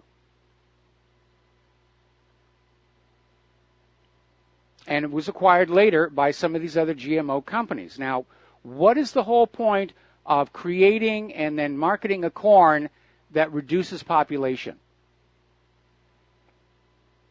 Now, the real danger is if that epicite gene got into the wild, and it was being test grown in open fields, not greenhouses, then it's only a matter of time before all varieties of corn become contaminated with this gene. Now, we have seen a major drop in population here in the United States, not counting the illegal immigrants and the refugees. And interestingly enough, the greatest decline in population has been among the Hispanic population, who are the largest per capita consumers of corn and corn products in our population. And this is one example of what I mean by just how recklessly these products get deployed. We're going to take a moment to do a shout out to our on-air affiliates who are just now rejoining the network. The phone lines are open, 800-313-9443. Call on in here because I'm running out of stuff to talk about. And the more you call in, the less you have to listen to me. So what we're seeing here now, there's an article in RIMP.com where they're talking about how there's the beginning of rolling back this tide of pesticide poison, corruption, potential mass extinction, frankenfood. People are waking on up that this corporate-produced food, which is being done to maximize profitability, it may not necessarily be healthy. And when you couple that with a government which doesn't seem all that concerned with your health other than as a means to further plunder your wallet, people get very, very nervous about this. There's also another reason, and that is because these GMO crops are displacing other natural varieties and other species. And it's leading to a world in which there are only a few species of food crops left. But diversity is necessary to an ecosystem. You can't have an ecosystem that's only based on a few plants and everything else has been allowed to go extinct. There are going to be consequences throughout the entire food chain.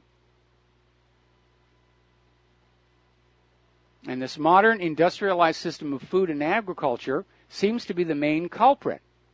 Now, if you want to have a giant factory farm and you want to farm with the old traditional healthy farming methods, that's one thing. But we're seeing genetically modified food plants. We're seeing hormone-treated chickens and cattle. It's really becoming a very toxic diet that we're all being exposed to on a daily basis. And the lobbying groups for these big ag companies are able to hold the government back because the government would sell its own mother for $1. And that's really where we are. All right, let's go on over to the members' news page and see if we can find some stuff here. I think we already mentioned it a little while ago. Apparently, Bob Goodlatte, Republican Virginia, and Trey Gowdy just announced moments ago a joint investigation into how the Justice Department handled last year's investigation. We did talk about that earlier in the show. And this is necessary. Nobody is above oversight in this country. That's the way it was designed. Nobody is allowed to operate above reproach, above criticism, and above inspection by the other branches of government. That was by design by the Founding Fathers. All right, we're going to take a phone call. John in Michigan, aloha. Welcome to the show. What's on your mind? Michael, it's education. I live in northern Michigan, and back in the 90s, our governor brought in the School to Work programs. Oregon, Pennsylvania, and Michigan were the pilot, the states to bring this trashy concept to the schools. And what they've done with as you, an educator, they've taken the communication skills away from these students as far as the language goes, and with giving them the Look Say program where they show a picture and put the word next to it without giving them the breakdown of the phonetic or the phonetic breakdown. That right there is destructive. And then they do not show children how to how sentences are developed or paragraphs or outlines. I pulled my children out of school up here because this area was used as a laboratory because it had basic middle class families with churches and just normal lifestyle, and it got really disgusting. The governors were allowed to control the money completely with the School to Work program. And another point that will reinforce this is a letter that Mark Tucker, who was head of the Educational Alliance, wrote to Hillary Clinton back in '92. People can find that online, and it will help them realize why everyone that is in the communities today are pretty much clueless and dumbed down. They do not have problem-solving skills because the math was put into a calculator. And if you don't have communication skills, you cannot put your thoughts down on paper and in a constructive way. And it was so damaging for the students, and it's criminal what they've done to the students. There's a gentleman up in Oregon that his name was Jed Brown. He's on YouTube. He passed away, but he's very Charlotte Iserby, who is another specialist in this area, said that he breaks it down. It's Skinner technology or rad psychology that they use for the students. But having these students out in the communities today, they were all in group group settings in school. They had 4 people in a group, and they didn't have to do the work. If one person did the work, they got the grade. And this is why many of them are incompetent when they get on the job site for being able to come across the problem and solve it. There's no logic in their background, and the history is a part of it too. And that's all these football players that are on the field today are outcome-based educated and dumb as dirt when it comes to real logic and problem solving. Have no clue what's going on, and it's just so tragic. And that's where the status of schools are today. These students cannot problem solve. They do not have logic in their thinking, and their communication skills are limited, and their language is being very minimalized with their devices now, and it is very destructive to a culture. It really is, and it is sadly intentional. Pardon me. All public education traces its roots back to what was called the Prussian system, where the government of Prussia said, we're going to set up government-run schools, and basically ended the idea of parents raising their children, apprenticing them out to some local craftsman to learn a trade, and that was the extent of the education. And the goal of the Prussian system was to educate the children to be of maximum use to the Prussian government, not necessarily their families, not necessarily their local community. And all education has been kind of about that ever since then.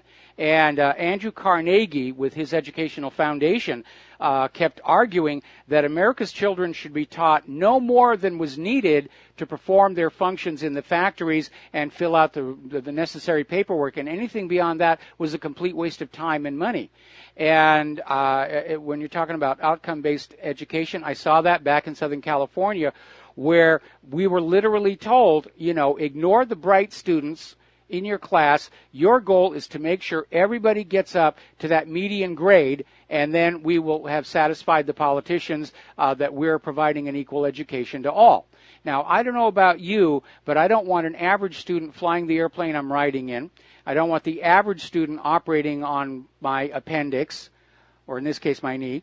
I don't want the average student cooking my meals or designing the buildings I'm going to be living in. There is a reason why we seek out those who excel in these skills, and those are being robbed from us by modern education. And one of the worst offenders, obviously, is Common Core. And we used to have a neighbor here that was involved with Common Core, and she shared a lot of stuff with me that probably shouldn't, her bosses would not have been pleased with, but it was amazing. You're absolutely right. They're taking away the necessary skills to formulate language into words and ideas, and the idea of logic and rational analysis, that's gone. It's all see and repeat, obedience to authority. That's what Common Core is all about. They don't want thinking Americans, because thinking Americans don't always do what they're told to do. Oh, one more thing, Michael. Dr. Samuel Blumenfeld wrote a book. The title is NEA, the Trojan Horse of American Education. And in that book, he takes it back to 1835. And that's when they started developing the plan in the 1880s to do exactly what's in place right now. And they did bring up the Prussia and also the German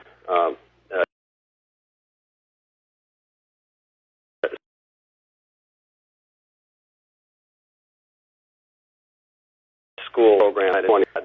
Are facilitators, and they're getting paid to do something destructive to your child. And most of these parents nowadays they were educated back in the 90s with this system, and so they're ignorant as to what really education is, and it's just a really destructive program. And Hillary Clinton is a major part of it. Just read her letter from Mark Tucker, and you'll really get an idea. And they developed this with David Rockefeller back in the 80s, the program.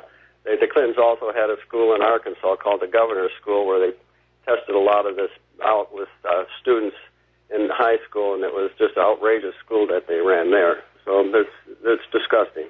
Yeah, it really is, and it's cheating our children of their futures. It's cheating our nation of a better educated population. But again, the government is afraid of anybody who can look at facts and decide for themselves what they mean. And right now, the government is in an absolute panic over the fact that they've lost the ability to control the minds of America. Well, I pulled my children out and homeschooled them, and it's just like it would be just, we didn't have a program that we had to follow. All you have to do is teach them the basics, the phonics. They didn't know how to sound out words, and my wife taught them how to do an outline on a subject. And then they explained what math was all about. We had to teach them how to count change back. They had no clue what that was. Yes. And it can be done, and it's something that hopefully most people can try to do. And then the vaccine program here, I was at a school board meeting, and I brought up the fact that it wasn't a law; it was a mandate from the state. And then the county nurse was there and said it was a law, and I asked her to show it to me. She goes, "Well, it's not really a law; it's a mandate. If they don't have 90% compliancy, then they start taking money back." So they're really into the health of your child. Yeah, it really is. It's just all, again, it's all about money, power, and authority. And we are declining into a fascist dictatorship very, very rapidly because look at any fascist government in history, whether it was Italy or even under the Nazis. Education for the masses, the ones who were not pre-designated to be scientists and engineers, it was drastically simplified. And that's a hallmark of any totalitarian society, is they sabotage the children's ability to think. A good example of that is how history is taught. We're all taught history is name, place, date, name, place, date, name, place, date. In 1492, Columbus sailed the ocean blue. And you walk out of that classroom thinking you know history because you know about Columbus in 1492, but you don't know the politics behind it. They're literally blinding you Right. to how this stuff works behind the scenes so that you won't see it when it's in front of you today. John, got to let you go. Got to take a break for commercials. Got more. Yes, one more person. We got one more. We got more phone calls waiting on the line. And aloha, America. Welcome back to our show. We're going to go right back to the phones now. Alex in Florida. Aloha. Welcome to the show. What's on your mind? Hey, Michael. If they bring justice to the Clintons and the Obamas and all the people that were involved in the Uranium One deal, which I hope they do, we need to have indictment parties. I think we need to take 3 or 4 days off, and we need to create our own holiday. Maybe we should call it something like Justice Day. Ooh, that would be a good idea. Important. That would be a really good idea. We need to do it. What I'm really expecting... Okay, go ahead. No, you go ahead. I want to hear what you have to say. Well, no, I like the idea. But obviously we're talking about a scandal of a scale enough to bring down the entire government, certainly to bring down the Democratic Party. And everybody is out there. They're loaded for bear. They're going to try and fight this thing. The entire system is corrupt. And they're going to try and put on a big show about, we investigated, we didn't find anything. The American people aren't going to buy that one. If somebody gets proof, like Trey Gowdy, I still think he's for real. What I think is going to happen is there will be a bug out where all these people, like the Clintons, the Bushes, the Obamas, Loretta Lynch, all those players, they're going to leave the country, and they're going to go to someplace without extradition, and that will be the end of that. They'll settle down with their ill-gotten gains and, sit on the beach and, whine and moan about how they were almost so close to conquering the world. I don't think any of them will stay in this country long enough for an indictment. And they've got the means to basically go anywhere they want on the planet, anytime they want. The big clue will be to see if there are sudden transfers of personal wealth to international banks and see what happens there. In fact, there's a good question right there now. Where is all the Clinton Foundation money actually being kept? I'm sure they don't have a closet in the foundation offices where they just have it all piled up in there. It's got to be in a bank somewhere. Well, I just hope it happens. If they leave, I think that we could stop them, just like we stopped that Juan's wife that was wanting to go to Afghanistan or Pakistan, wherever it was, when she was trying to escape. Or we stopped the husband. I think we could stop them if we really wanted to. If there's enough honor within our government to really want to stop them. I also wanted to make a point. Before you go further there, I have a comment to that. Okay, all that security and passport control and everything that you go through at the airport, the people with private jets don't have to go through that. So the reality, So the reality is, and these people are going to be smart enough to know it's time to leave before any official action is taken. In fact, I can imagine probably a lot of the players in this whole corruption scheme, this narcocracy, would be perfectly happy to just let them go as long as they promise to go and never return. That's right. And I wanted to make another point. As frivolous as it may have been when Trump intervened with the NFL players taking a knee during the national anthem, I do believe that the NFL is probably an appendage of the deep state and the CIA, and they're a distraction of the government, of us really looking at the government, and I think it is a good thing that they're losing revenues and viewers. You've seen how tightly the NFL football games, there are always military advertising, they wave the flag and all the rest of it. Football, American-style football, is our version of the gladiatorial games of ancient Rome. There to amaze and inspire the masses and bedazzle them so they weren't paying too much attention to what Caesar was doing. That's right, and I'm glad to see it go down. And I wanted just to make this point. People may think I'm a conspiracy theorist, but it was the first Super Bowl, I believe, after 9/11 that the Patriots became so prominent. Alex, stay on the line. Got to take a break for commercials. We'll be right back. And aloha, America. Welcome back to the show. Here we're talking with Alex in Florida. We're talking about indictments against these criminals. But again, the problem is the further we get into this and we look at the relations between Sessions and Comey and Loretta Lynch and Robert Mueller, they're all part of that same corrupt center, and they're going to do everything they can to not let this move forward. In fact, I would not be at all surprised to start seeing a little bit of wet work where key witnesses are going to be killed. So, but again, if we can get people like Trey Gowdy to come on out with an indictment, at some point Trump is going to stand up and say, this does need to go forward. They don't have a president who's going to put the lid on this thing unless they got something really good on him. But there's no question the American people are waking up to the realization of just how incredibly corrupt the entire federal government has become. And if you really think about it, it does make a little bit of sense when you go back to understanding that the CIA has been running illegal drugs into this country going all the way back to Vietnam. And over a matter of time, that drug corruption eventually is going to reach everybody within the government itself. And anybody not willing to go along with that just simply doesn't get elected, or they get fired, or they get shoved out. Again, Cynthia McKinney, Ron Paul, things like that. So I would love to see an indictment of Hillary Clinton. I would like to see Bill and Hillary Clinton in jail for what they've done to the country, what they've done to me, and what they did to Claire. I don't really know that it's going to happen. If it does, I'm going to throw one heck of a party, and I'm probably going to retire from radio and blogging.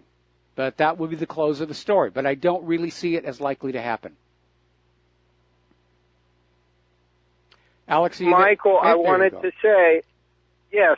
Hey, Michael, I wanted to say, as far as like even the NFL, I think it was the first Super Bowl after 9/11 that the Patriots started winning. And they won about 4 Super Bowls since then. And they're the biggest cheating organization on the planet. I mean, I remember one of the Super Bowls that they won. The announcers the whole game were saying it's like they're in the other team's huddle. Well, I mean, there's a long history of sports teams cheating. Remember the Chicago Black Sox scandal? The mafia was always trying to fix these games, for the bookie parlors. So, yeah. And unfortunately, as our entire society does succumb to corruption, I would expect that probably sports are not as self-policing as they used to be. We know that there's this very sweet, cozy relationship between these billionaire team owners and the local governments where their stadiums are being built, where these owners of the teams, the ones who are making all the money off the gate sales and the TV rights and the rest of it, they're not paying for their own stadiums. The taxpayers are.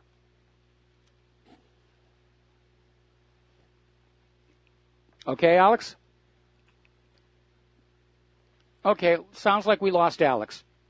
All right, before we take our next phone call, story just now breaking, just came on in. Remember the USS John S. McCain?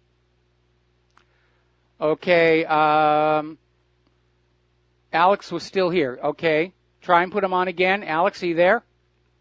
He's gone now. All right, we seem to be having gremlins on our broadcast board here today. So before the next phone call, remember the USS John S. McCain? It was this Arleigh Burke ship that, like the Fitzgerald before it, rammed into a commercial shipping cargo ship, caused a huge amount of damage, deaths. Everybody was screaming it was a deliberate attack, and as it turns out, the Navy said, no, we just have incompetent commanders, and they've all been relieved. Well, the ship itself was going to be taken to Japan for repairs because it did suffer quite a bit of damage. And it was being sent to Japan, to their shipyards there. Now it's been rerouted to the Philippines. They were taking it across the ocean on what is called a heavy lift, where they've literally put this barge underneath it. They blow the ballast tanks on the barge raises up, putting the ship on top of it. That's how they transport a lot of this equipment. That's how they transported the USS Cole. back to the United States. It's how they originally brought in that big giant radar down here in Pearl Harbor. But apparently the seas were rough, and the destroyer has developed a crack in its hull, which tells us that the hull may be much more badly damaged than was originally thought. All right, let's take a phone call here. Charlie in Los Angeles, aloha. Welcome to the show. What's on your mind? Charlie, are you there? I'm not hearing any audio. Hello? Okay, apparently we're needing to reconnect.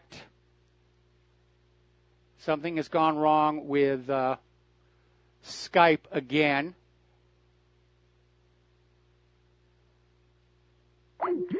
Okay, so let's just try this again.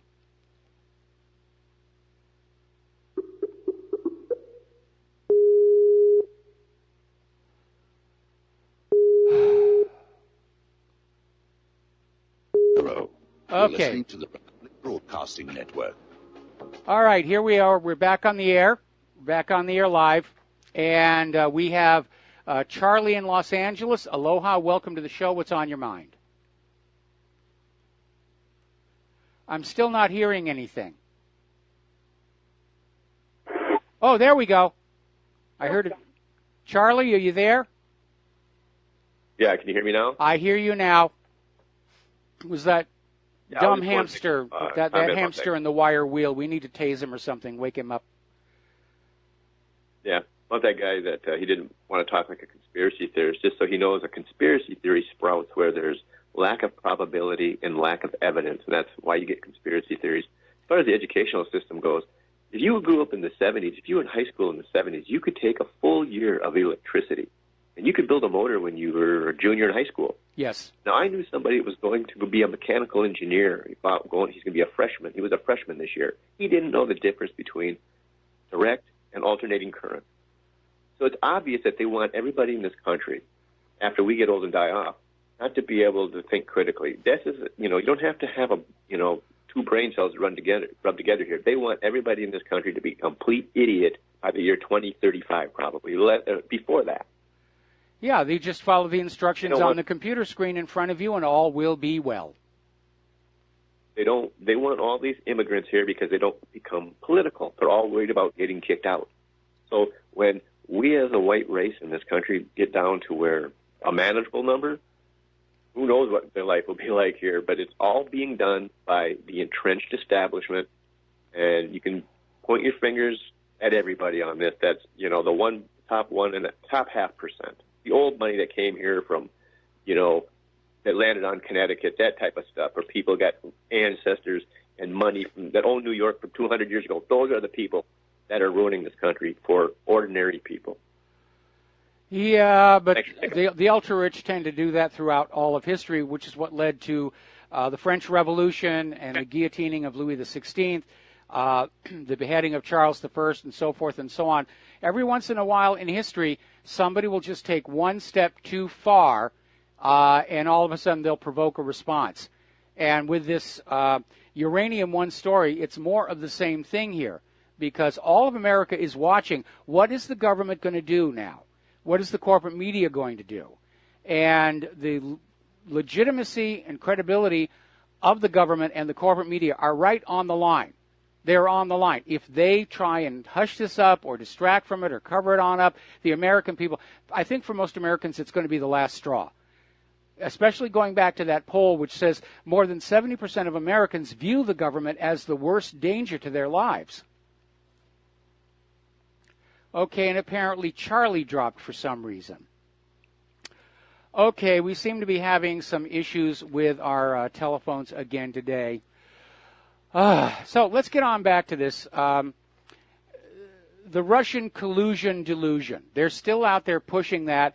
It really is a dead horse that they're flogging on this one. But the reason they're doing it is very, very simple. They are desperate for a distraction from the Uranium One scandal. And anybody who's paying attention to the stories, who's watching Fox News, watching Lou Dobbs, they understand there is a there This is not another nothing burger. It's not baloney, as Hillary's out there trying to insist that it is. And I'm sure Hillary's words are a comfort to all of her Hillaryites, her supporters, who are now going to be running around saying, oh, it's been debunked. Hillary Clinton said so. It must be true. But they're still out there trying to push that old idea. There was that stunt with the Russian flags at the Capitol building. It's all they've got to play with right now. There's nothing else going on. And I can imagine that Bill and Hillary Clinton and all of their associates, Huma Abedin, Anthony Weiner, the Bush family, the Obamas, they're all tangled up in this thing. They've all got to be getting very, very nervous. Remember, Obama used to tout that his administration was scandal-free. No, even before this came on out, we knew there was all kinds of stuff going on. So once again, I'm asking all of you to take these stories about the Uranium One deal and you just post them everywhere. It's all social media, and yes, it's being blocked, it's being censored. Reddit is automatically deleting anything to do with Uranium One, so don't waste your time with them. But email lists, comments, anywhere you can. We can push this onto the mainstream, well, the corporate media. We can force it into public view. We did it with the Downing Street memo, and we can do it here. And we need to do it here. This may be the last chance for us to get this nation free from the corruption of the narcocracy and get us back onto a track of restoring our republic. Because I'd rather see that happen than a civil war or a revolution or the emergence of a dictatorship. So I need your help. All of you Rivero Rangers out there, I need your help to do this. Make this story live everywhere that you can. Interestingly enough, MSNBC did a segment. They were basically looking at the yard where they're setting up these sample sections of the new Trump border wall. And the segment was questioning, why do we need a border wall? Really, what a waste of money. And they got interrupted when some apparent illegal immigrants charged through the background. Oh, my goodness. That is amazing here. All righty, let's see. Going on back here. I got some new emails coming on in. Okay. Washington Post is just now breaking the story. The Democratic National Committee paid for the research that led to the Russia dossier, the one about Donald Trump and the two prostitutes in the Moscow hotel. Now we followed the money back to where it came. And yes, apparently, let's see, Mark Elias, who represented the Clintons, hired Fusion GPS. So it's all starting to come on out. Let's see. Somebody just mailed in response to my question earlier today, where does the Clinton Foundation keep its wealth? And the answer is the Clinton Foundation actually has international foundations outside of the U.S., so a good part of the cash is already out of the country. And apparently a lot of this is detailed in the book Clinton Cash, but it's shell foundations. Let's see. Here we go. All right, that's something else. All right, getting on back to the news here. So in short, the Clintons are the Russia connection. And all these people engaged in all of these corrupted deals, not just the Uranium One sale, but, out at the Bundy Ranch trying to steal their land, all of it, because they were convinced Hillary Clinton was going to be able to steal the White House from Donald Trump, and there would be no investigations because the president would just shut them down. And I think this is the reason why they have been just so panicked ever since Trump won. And they're doing everything they can to corral him and control him. But as far as I can tell from his tweets, Trump is keeping an eye on this. And I think at some point he's going to go on out and he's going to say, yeah, we're going to let some real people investigate this, like Trey Gowdy. And I think you ought to fire Sessions. Sessions knows all about the Hillary Clinton scandals. He inherited all the inherited all the files from his predecessor, James Comey, and he's doing nothing about it. Same thing with Attorney General, same thing with our new head of the FBI. Nothing is being done. They're protecting themselves. And the more they do it, the more they act like a corrupt dictatorship, the more it calls attention to itself. What we have here is a federal government that has sold its soul for campaign contributions and laundered drug money. And as near as we can tell, everybody's tangled up in it. Now, for most Americans, they think, well, there's a few bad apples. There's a few corrupt people. Richard Nixon was an aberration. We're coming to find out, no. It's business as usual in Washington, D.C. It really is completely corrupted. Irretrievably so, irrevocably so, unrepentantly so. It is hopelessly corrupted. And we just need to deal with that and start to talk honestly with our friends and neighbors about just how corrupted it all is. Remember back when Comey gave Hillary her get-out-of-jail-free card and Loretta Lynch went right along with it, and then we all find out that Lynch and Comey were tangled up with the HSBC money laundering case, where Comey was on their board of directors. Loretta Lynch was the U.S. Attorney for New York who gave them a wrist-slap sentence. It's all about drugs and drug money. That's what we mean about the narcocracy. The biggest drug dealer in the country is the country. And for those of you who have family members who have succumbed to addiction to street drugs, now you know where it's all coming from. It's not coming from some swarthy gentleman in South America. It's not coming from some Asians wearing outdated silk robes. The drug lords are here inside our own government. It is as corrupted as it was during the years of Prohibition. And at some point, it all has to come crashing down. The only question is, will we have the nation survive it, or are we going to have to restart the nation? We'll be right back with our last segment. Aloha, America. Welcome back to the show. And don't call in. I don't know why that particular bump is here at the end of the show, because we stopped taking calls on the last segment, so we can sum up. A few stories to share with you. Apparently, Iowa has just pulled out of Obamacare. So regardless of what Congress is doing, Obamacare is definitely in trouble. Meanwhile, remember when Catalonia was saying, pull your money out of the banks in protest over what was going on in Madrid? Apparently, it's working. Bank runs have hit the third largest bank in Spain. Meanwhile, up in Italy, Lombardia and Venezia, or Veneto actually, have had their referendums for greater autonomy, overwhelmingly voted in favor of greater autonomy from the central government in Rome. And actually, if you've ever been to Italy, it does make a lot of sense. Because northern Italy, the Lombardia region, and southern Italy, Rome, it's almost like two separate countries already. It is so different between the two regions.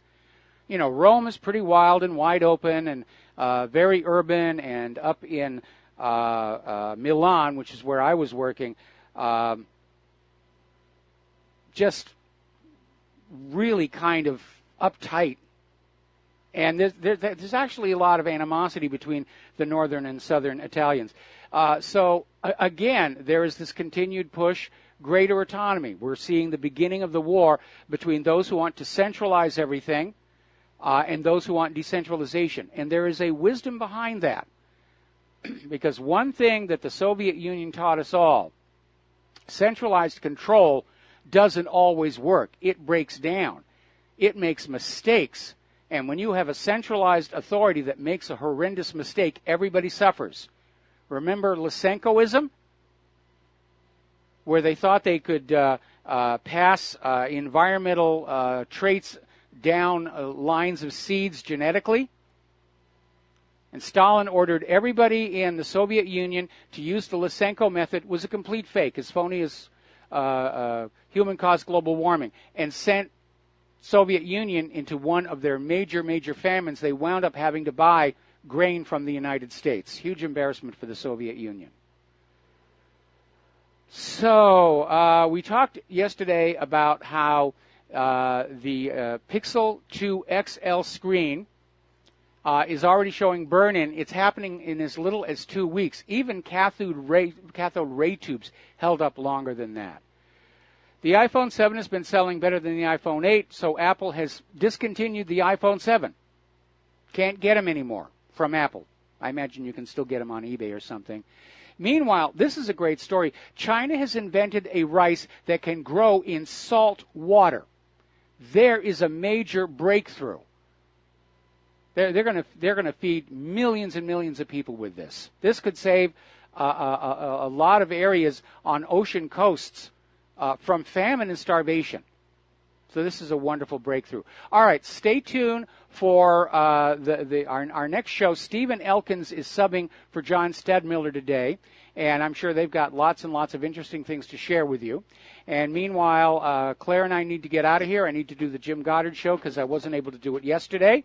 And we'll be back tomorrow, Wednesday, here on the Republic Broadcasting Network. Until then, share everything that you learn here with everybody that you know. We'll be back tomorrow. Aloha, America.